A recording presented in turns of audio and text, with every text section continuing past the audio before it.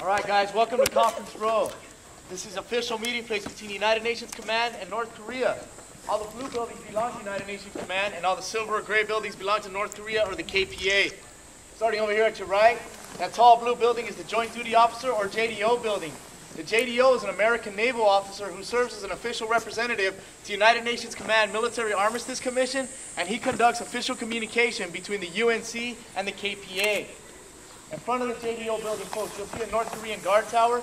That's North Korean guard tower number 2, and is monitoring us at this time, as you can see. Please, once again, no pointing, waving, gesturing, or trying to communicate with those guys at any time during your tour today. Folks, at the base of the hill from guard tower 2, you can see the white stakes I briefed you guys about. Everybody see those? Yeah?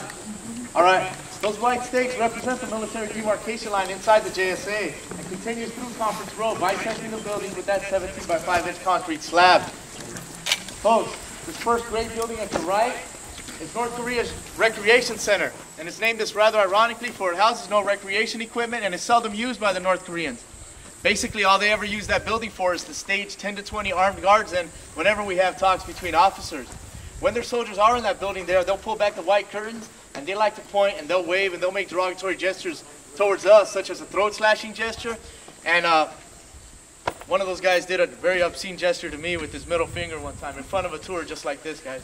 Because of their childish antics, we call that building there the Monkey House. T3 is used by the JDO for colonel level and staff officer talk. By the way, folks, the T in front of these 3 buildings, the intent was when they made these buildings back in 1953, they were supposed to be temporary in anticipation of a peace treaty getting signed, and here we are 55 years later, still waiting for the peace treaty, so the buildings are still here. T2 is the MAC building, which we'll be visiting here shortly, guys. T1 is used by the Neutral Nations Supervisory Commission for their weekly meetings. And the gray building to your far left was once used by the former Czech-Polish Neutral Nations Committee for their meetings, but is no longer used. Does anyone know why? No? Not communism anymore. Yeah, something to do with communism. Well, Czechoslovakia no longer exists. Poland's no longer communist, so they actually do their Neutral Nations meetings over here on our side, guys. Good for them, right? All right, folks, directly in front of you on top of the stairs is North Korea's Visitor Welcome Center. It's called the Panmunjom. The Panmunjom also serves as a 2-man guard post. You may notice that the 3rd floor of the building is slightly different than the first 2.